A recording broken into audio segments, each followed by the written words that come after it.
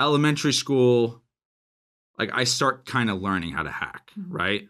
But then first year in middle school. Elementary school you started hacking? Okay, so tell me about that. I really loved Trojans. You ever heard of a Trojan? No. It's a virus on a computer. Oh, yeah. That lets you basically view and everything that somebody does. And you basically sneak it into a program because it's a Trojan, right? You know, like the Trojan horse, how they tell the story, they sneak it in. Yeah. So basically you sneak this, what we call spyware, so you can watch what people do on the computer, right? So, I mean, I learned all this at a really, really young age. And of course, I didn't learn the methodologies behind it, but I learned how to use it, right?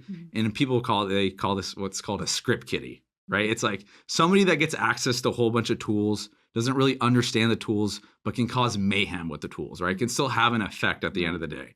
And that was me in elementary school, for sure. Who are you using this spyware on? A lot of it was against my cousin. Like my cousin always liked to think highly of me, that I was super smart, like the super hacker, and I loved to play into it. So it kind of forced me to like want to hack and to do more hacking and to hack against him. And he was always kind of paranoid and funny. So it was always just funny, like when his computer was laying around. It was like I never really had a target as a kid. So having like a target kind of like led me to figure all this out. And he was also into Trojans, but he couldn't really figure it out as much. He wasn't as smart. Yeah, exactly. So wait, so you were at this point, it wasn't malicious. You were just, it was sort of a game. It was for pranks. Yeah. You know, it wasn't malicious. I don't think it really became malicious till like way, way later in my life. You know, everything was just discovery, fun and games, you know, nothing crazy. Okay, and then when did it start becoming a little bit more troublesome? I'd say, well, coming around middle school, I took over my school systems network. Whoa, how old were you? I was, I got in trouble officially of it in 7th grade, but it happened within 6th grade. It happened twice, actually. That is so crazy. Yeah, so it was a big deal. The police had to get involved. Wait, can you tell me? So you were at school, and then you realize actually I can get into their system. What so at this time, like Windows computers are kind of being rolled out to schools more publicly. Like this is kind of like a newer thing, right? Where like these school systems are getting set up for kids to use computers at school, right? And computer classes are really becoming a thing. So, of course, I'm interested in all of that, but I already know a lot of hacking. I know a lot of Trojan malware stuff. So this wasn't like even like a challenge for me. Like I saw this, I was like, this is my next target as a kid. I'm here every day. Why would I not try to own the place that I'm at? You know, it was pretty ridiculous. And then it was easy to do? It was, you know, it took a couple of months.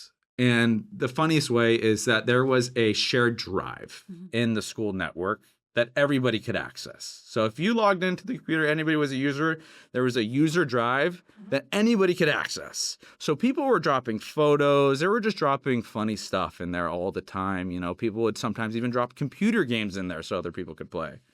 Of course, I was the one that dropped the Trojan malware in there. And so that allowed you to get into the rest of the stuff that was anybody that ran it. I had access to, and I could see. No way. So say your colleague sitting next to you, if they got access to that, you got access to that colleague's computer. So past, you know, elementary school, I'm learning all this, right? Well, now middle school, I'm what's called a bot master. At that time we called it a slave master. We don't really call it that anymore, but a slave master where I control a botnet. So I have this system of computers, right? That whenever they run my program, they come to my net.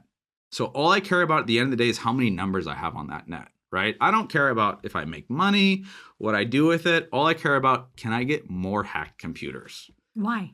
So I can sit at home and watch and see what happens. And that was the challenge. I loved that.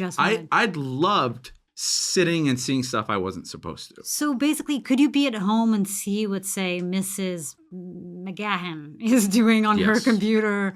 I actually had a teacher, McGahan, which is why I said her name. And sit down and see what she's doing on her computer at home or at school. Yeah. And see her grading reports? Exactly. It actually got more than that. So by the 8th grade, right? Because keep in mind, by elementary school, I was just focused on learning this stuff, like working it, can I use it?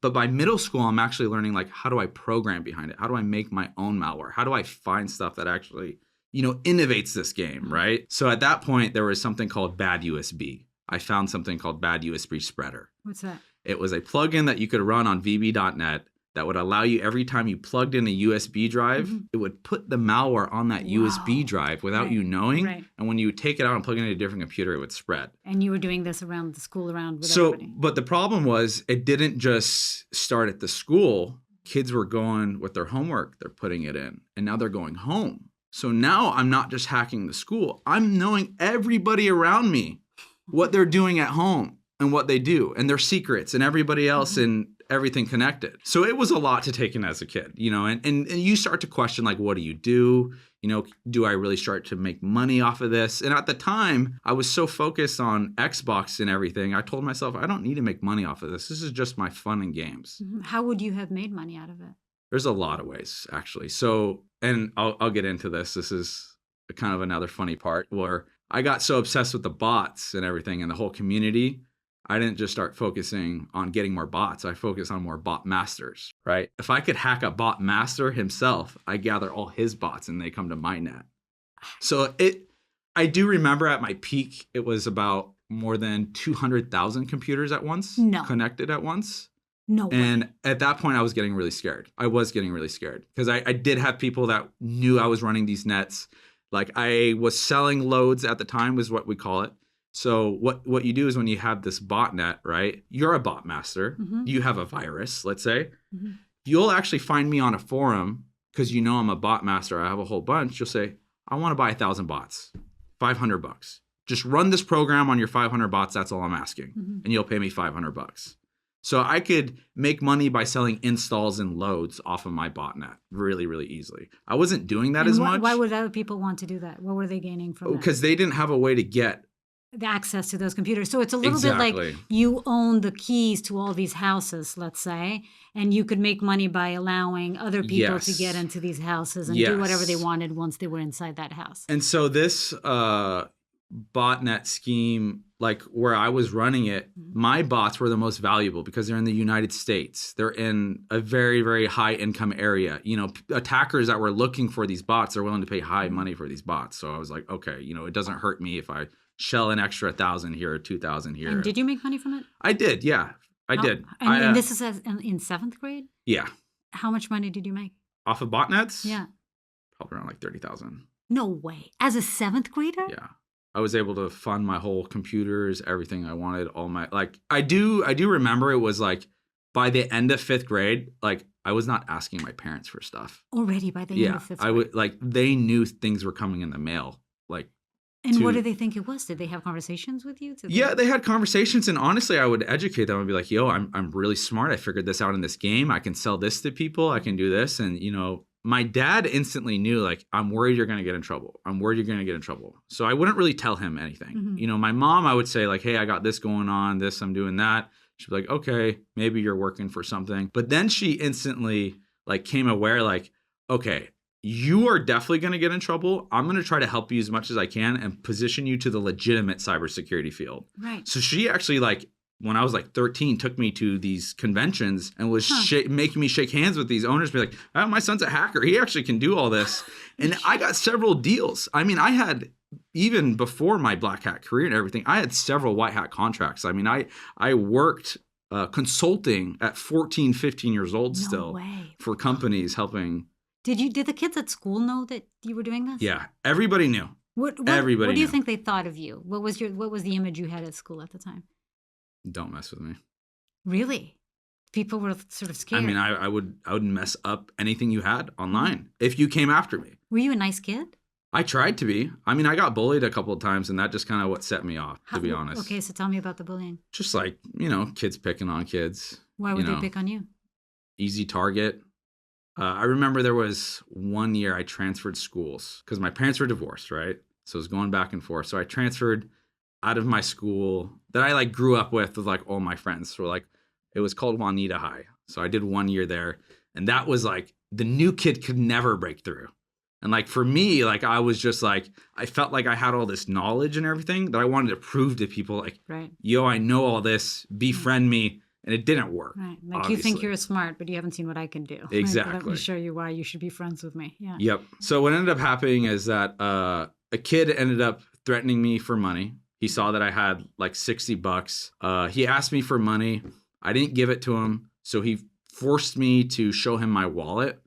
And like as a kid, like it just kind of like rattled me in a weird way. Yeah. And so I went home and I caused mayhem on this kid. That was my first. I don't want to admit this because it's not something cool. It's something that should not be done. But it was my first swatting that I did on somebody. Swatting. Okay, explain to people what swatting is. So you call in a 911 service. At this time, it was really, really easy for me to do it because I knew people that were already doing it. Mm-hmm. And the only way that I had to do it was typing on a chat room. So on AOL, you could add it's like a deaf hearing service for like deaf people. Like how bad on me to take advantage of something like that. It's like terrible, but a whole bunch of people were doing this. It was a really, really bad problem, but you could contact this deaf operator and basically relay a 911 message to them. So basically, just by doing this, you could have cops storm in somebody's house. Right, and that's swatting. Swatting basically, it's calling cops. Swatting is a false call. You know what happened to me recently? Actually. Really? Yeah. Wow. Where it was with my husband at home, and oh no.